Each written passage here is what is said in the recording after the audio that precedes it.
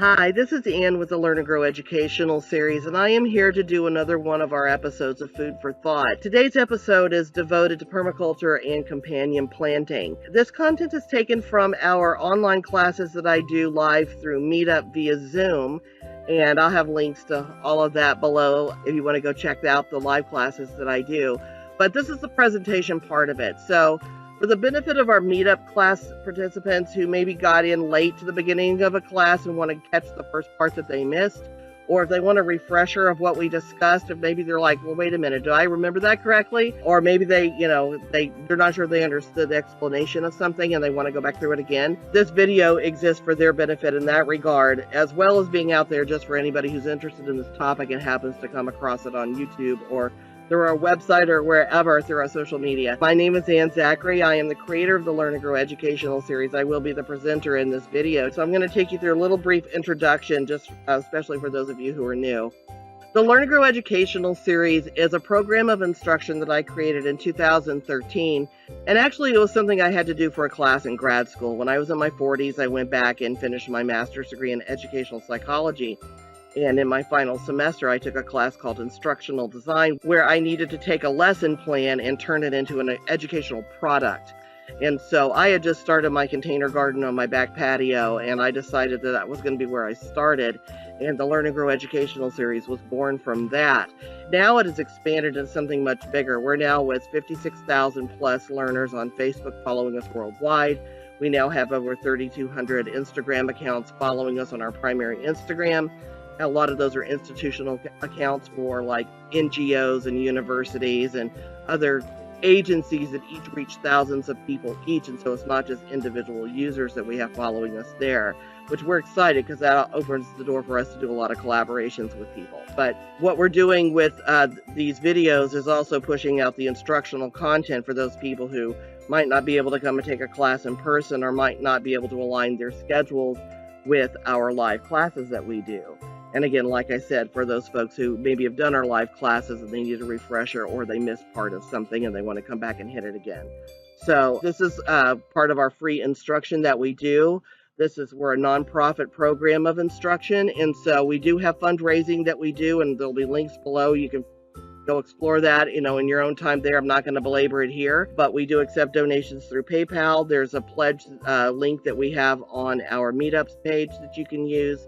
And then, of course, if you do any kind of purchasing through our online store, that is really a virtual storefront for Amazon and other online vendors. And so any purchases you make there are not fulfilled by us, nor do we do the payment processing. That's done by the third-party sellers that we're affiliates for.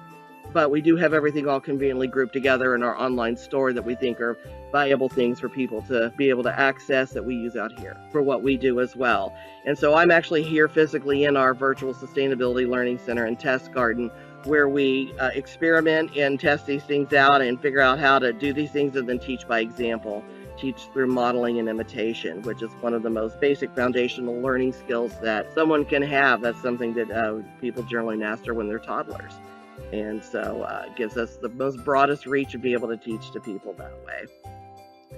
So let's first get into what we call our operational definitions, which is to make sure that everybody's using the words the same way. So when we say the word permaculture, you understand what we mean, or when we say companion planting, you understand what that means. And so first we're going to get into permaculture. So permaculture can be used to mean one of any number of things that are all sort of interrelated. So it's more like, is it a noun or a verb? It depends on how you use it. In the general sense of it, it's a term that refers to the integration of land and resources, materials, people, and the environment. It's not just man-made stuff that we're talking about. It's integrating man-made stuff with natural stuff that create these mutually beneficial synergies where everything is sort of symbiotic with everything else. And what you're doing is you're imitating what already happens in nature, these closed loop systems that nature has perfected, that human development has not yet come to perfect. So the closest we come to it is by incorporating nature into what we're doing, because nature's already perfected closed loop systems that are zero waste. So if we can just start tying what we do into what nature already does, and using what we already have, what we've already created, and make these things sort of work together, then we're using the mechanisms of nature to facilitate what we need to do for ourselves as a species and creating as little waste as possible. So another way of using the term permaculture is to talk about the scholarship or the academic study of how all of these things interrelate to each other and how they all work together so that they're as natural and organic and relying on the laws of nature as much as possible with as little waste or zero waste if at all achievable. And so there's a whole body of research that goes into that. There's all kinds of peer-reviewed research that's getting published as scientists develop, this as a particular part of science. And when you're talking about the ethics of science, the more we understand about the harm we can do just by fooling around with stuff without thinking it all the way through, the more we face consequences of making badly informed decisions, the more that we've come to realize that we need to be more cognizant of how what we do integrates with nature or not, how it either disrupts a naturally occurring system or it plays into it in a mutually beneficial way. And so there's a whole body of scholarship there, and the ethics of science is very much impacted by that. And then you have the applied science of it all, when you're talking about permaculture practices, when you're saying, okay, we understand what permaculture is, and we've engaged in all of this scholarship so that we now understand how to be responsible with this information. Now let's responsibly apply this knowledge as an applied science in real life. And so when we're talking about wastewater treatment and land management and forestry and all of these practices that we've historically engaged in, how do we now tie what we understand and what we know from the scholarship of permaculture into being more responsible with all of our human endeavors? Now we're talking about taking it into the real world and actual applied practices and applying it on a large scale. So permaculture happens at a very small scale, but it also happens on a large scale. And so how do you scale that science and that knowledge? Companion planting is a permaculture strategy, growing plants together that benefit each other.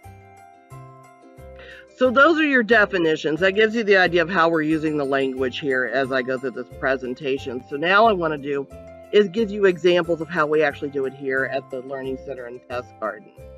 So the first thing I want to talk about is our self-watering containers. And we have another class that we do in another video that I'll have links to below. I'll have links to all of the videos that we reference here. But we already do a whole thing on self-watering containers, and I don't want to belabor it too much. But what I think is most helpful here for you to understand, because we have a total DIY version, and then that we've been doing since the early days. That's how we started. And then a few years ago, we got approached by these guys who created a self-watering container kit, which they've only been around for a few years. It didn't exist when we started. So excited to see that other people are thinking the same things we are. And this is something you can get through the online store that we have on our website. And I'll have links to all of this as well. But if you see here in this diagram, you can see that there is a platform that goes down inside of the bucket, and underneath it is a reservoir where water is collected. But what you also notice is that off to the side that it's actually sloped. So if you look at this, what you can see is that there's water underneath that insert, and then around the edges of it, the soil that's in the growing chamber up above it will also come down around the sides and almost to the bottom of the bucket. And on the underneath, and you can see if you look at this image, there's one of these platforms is sitting on top of the box, and you can see that it's ridged around the edges of it. Well, what happens is water seeps out from between those ridges and into the soil that's come all the way down to the bottom of the bucket around the sides, and it starts to soak it up like a sponge, and it wicks it upward into the soil that's up in the chamber up above. And so the soil becomes damp because it's absorbing it around the bottom, around the edges of the bucket, but most of the soil is up above the water and can't come in direct contact with it. And then you see that there's a little layer of air. There's a gap of air between the top of the water and the underside of that platform. And what happens is if there's too much water in the soil, it will just drip and drain down into that reservoir and sit there and wait until it's time to be reabsorbed when it comes up around the sides at the bottom edges, so that the soil up above has adequate drainage and never gets too wet. But if it starts to get a little parched, it starts to dry out, particularly as the plants get established and the roots start drawing water out of the soil, well, now the soil is going to dry out just a little bit faster, and now it's going to absorb more from down below around the edges. And so it self-regulates. It keeps control of how much water is in the soil where the roots are through this cycle of dripping down into the reservoir if it gets too wet, and soaking back up from down below around the edges if it gets too dry. And so it creates this self-regulated cycle of water consumption where your soil is never too wet, never too dry. The only thing you need to worry about is making sure there's enough water in the reservoir to keep the cycle going. But you cannot overwater anything because you're not putting water directly in the dirt. You're putting water down the tube and into the reservoir and letting the container control how much water it's soaking up and how much is draining down. It takes care of it on its own. So it uses principles of physics to control for something that people have a really bad habit of messing up.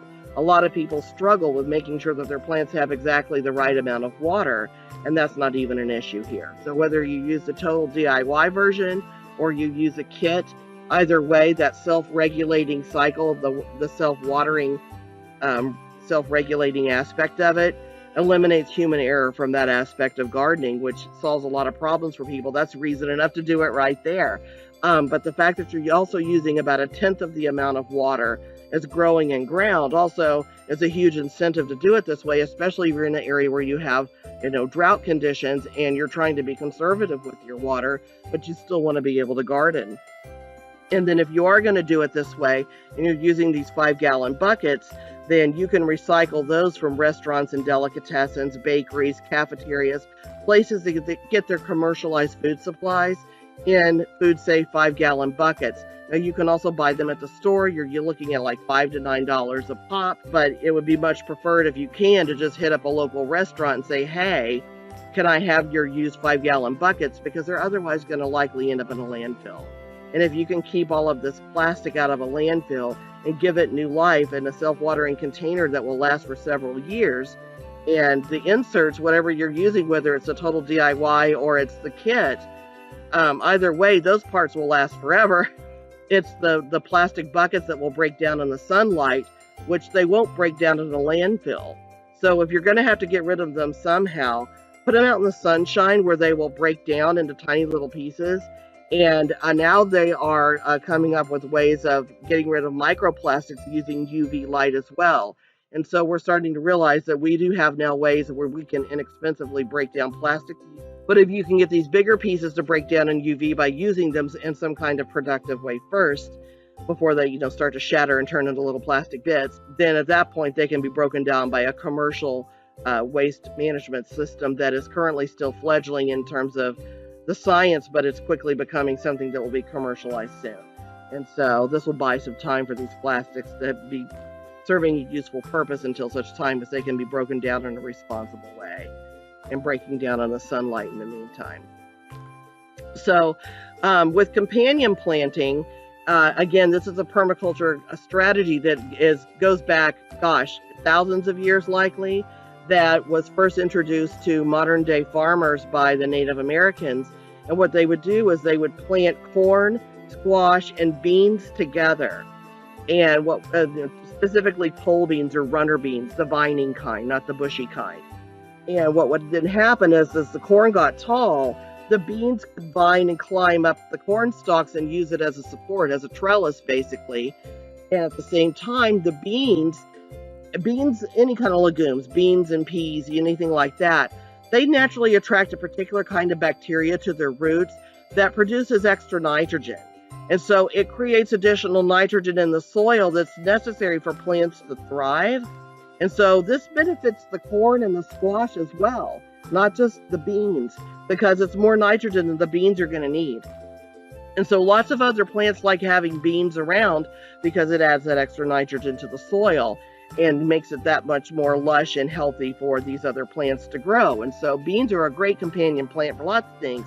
But in this particular combination, what the Native Americans were doing was having the beans climb up that corn stalk and use it as a trellis so that the beans were benefiting from the corn as well. And then the squash became a ground cover. And the ground cover did lots of things like, one, it helped hold water towards the roots of all the three plants, which all three of them benefited from. but it also shaded the roots and shielded them from lots of different kinds of pests that otherwise might get all up in there.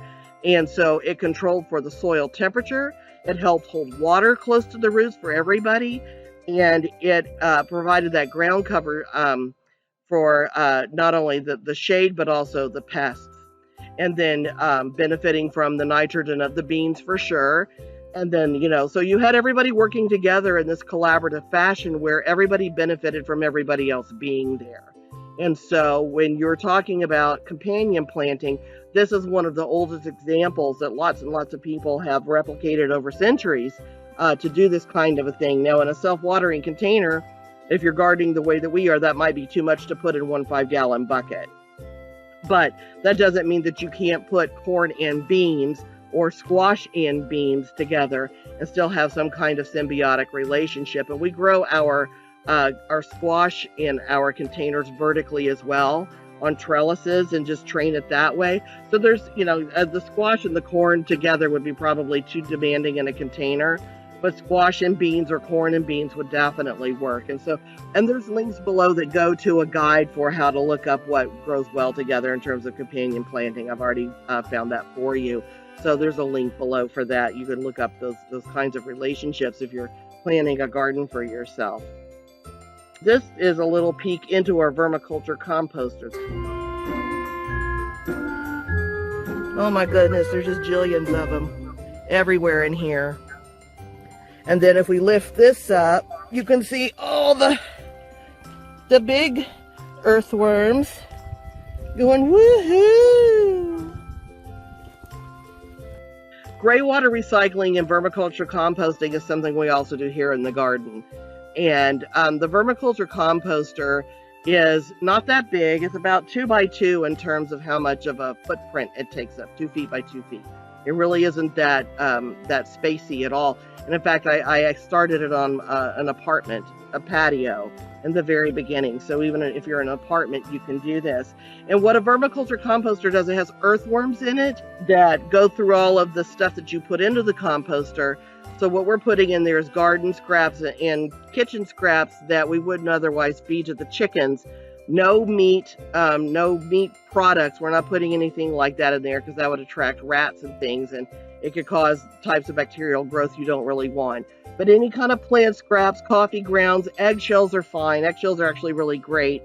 Hay or whatever from the chicken pen if it needs to be, or the chicken house if it needs to be cleaned up. Sometimes that'll end up in there too, though we have a separate composting system for large quantities of things. We can only put so much in the vermiculture composter at once. But once we get all that in there, and it's, now it's an ongoing system, the earthworms are going to go through all of that and they're going to gobble it all up. In terms of our gray water, we have an outdoor sink and we have a bucket underneath where the drain hole is so that all of the wastewater from the sink falls down into that bucket and collects there. We also have a camping shower out here because we've got this whole thing set up to model sustainable living. So it's not just the gardening and the chickens, it's like the living aspect of it we model out here as well. And so when the camping shower gets used, that also has its own bucket where all the wastewater gets collected. And then the wastewater then gets run through the composter, which keeps it wet because it does need to be kept wet, which then creates water runoff that has all this particulate matter from the compost called leachate. And then we take that leachate and go around and splash it in all of the self-watering containers into the soil, directly into the dirt. And that adds nutrition, it adds nutrients, it's fertilizer basically. So we're fertilizing our containers that way. But that gives you a concept of what it looks like inside the composter, where you've got the big earthworms and the lower levels going through and eating everything up and breaking it all down. And then up at the top you saw that there's just millions and millions of tiny little baby earthworms that were squizzling around all up in there that the big earthworms had made. That's their offspring. And so they're up at the top closer to the surface because they can't necessarily tunnel through all that rich, deep, thick stuff without getting suffocated. And so they're more closer to the surface. But the bigger they get, the deeper they're going to go. And then each tray has holes in it, which you saw them dangling through because they pass through each of the trays and helping aerate, going back through and grabbing the fresher stuff at the top and then going back down and tunneling through. And so when we're building our self-watering containers, if we're making a new one, or if we want to re-up the fertilizer content in one of the containers, like if we're changing it over, we grew something in it, and now we're going to plant something new in it.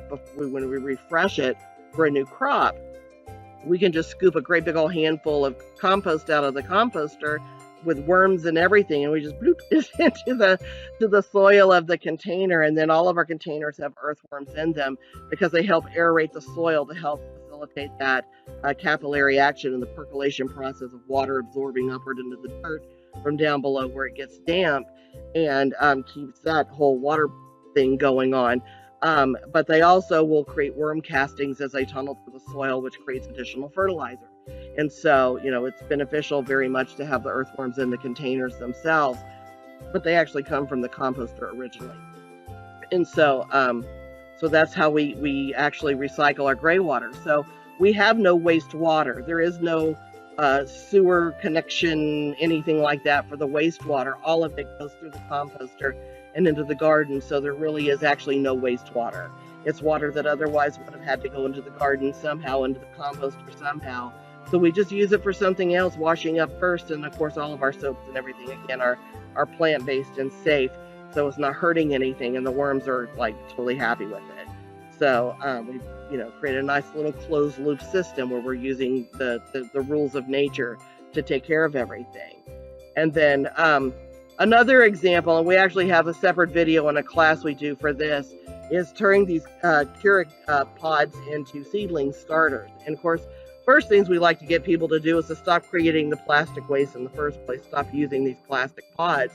But once you realize how detrimental they are to the environment, and this article that I cited here, I'll make sure that there's a link to that below as well so that you guys can check it out and read the whole thing. But it talks about, the plastic waste problem that these Keurig pods create and how we can go about being more responsible with, our consumer products and things of that nature. So we're not creating plastic waste. But once it's already created, we've got to come up with something to do with it where it's not going to be as detrimental as it otherwise would have been. And so again, because plastic breaks down in sunlight, it's been my experience that these things will break down and get pretty brittle and break apart pretty quickly if they're left outside as well. But I use them to create seedling starters when I come across them. If I know people who have these machines and will give them to me. And in a past life, our learning center was at another property in another part of California. And the people who ran that property actually had a Keurig machine in the kitchen of the living space that we were going to use for the Sustainability Learning Center. I'm like, what do you not get? And so this is actually where this began, was we would have the guests put their used Keurig pods into a basket, and we would collect them and then use them as seedling starters. And then certain types of plants really like acidic soil, and coffee grounds are highly acidic, but they're also highly rich in nitrogen, which is what makes them so great. So what we do is we take potting soil and because the machine will inject a jet of hot boiling water into the cartridge, into the pod, and then it brews in there, and then it drips out through a hole in the bottom. So it already comes with a drain hole by the time you get it. Plus, all of the coffee grounds get compacted against the walls of the interior of the cup, and then it just creates this bored out hole down the center with all these damp coffee grounds around the sides. And so all you got to do is to put a pinch of potting soil down in there, put in your seed, put another pinch of potting soil on it, moosh it all around, keep it damp like you would any other seedling starter, and that nitrogen in that coffee ground and those coffee grounds is going to help boost your seedling and get it started. But you want to make sure it's a type of plant that actually likes acidic soil, because not all plants do. And so, especially tomatoes do great. And these things, and peppers and eggplants, your nightshades, things like that. But it's another way where you can take something that would otherwise be waste that's detrimental to the environment and actually have it serve a useful constructive purpose. And what I've done with these, especially with tomatoes, is that once the seedling has started, what's inside of that little pod, there's like a little paper coffee filter in there, and the roots will grow through that. So all you need to do is slice open the underside of the cup, plastic cup, and fold the tabs out so that it's open, and then shove it down into the soil, and the soil will come into contact with that filter, and the roots will continue to go through the paper coffee filter down into the soil. And that little plastic cup then becomes sort of like a plastic collar around the root ball where it gets started inside that cured pod. And then once the plant is done, it's played itself out, it's been however long it's on its full season, and now it's time to pull it up. It is so easy just to reach into the soil around the base of the roots and grab it by that plastic pod and yank the whole thing up, and it helps you pull up the whole root ball as one whole thing. And then it's much easier to dispose of it. Now that plastic at that point, you can't really use it for much anything else. It is going to become trash in a landfill. But like I was saying, they're now coming up with technologies using UV to break this kind of plastic waste down, including microplastics, so that they don't pose the threat to the environment that they currently pose right now. And so, the more time that you can have them being spent doing something productive until such time that that technology is perfected, and then we will have a more responsible way of getting rid of all this plastic waste.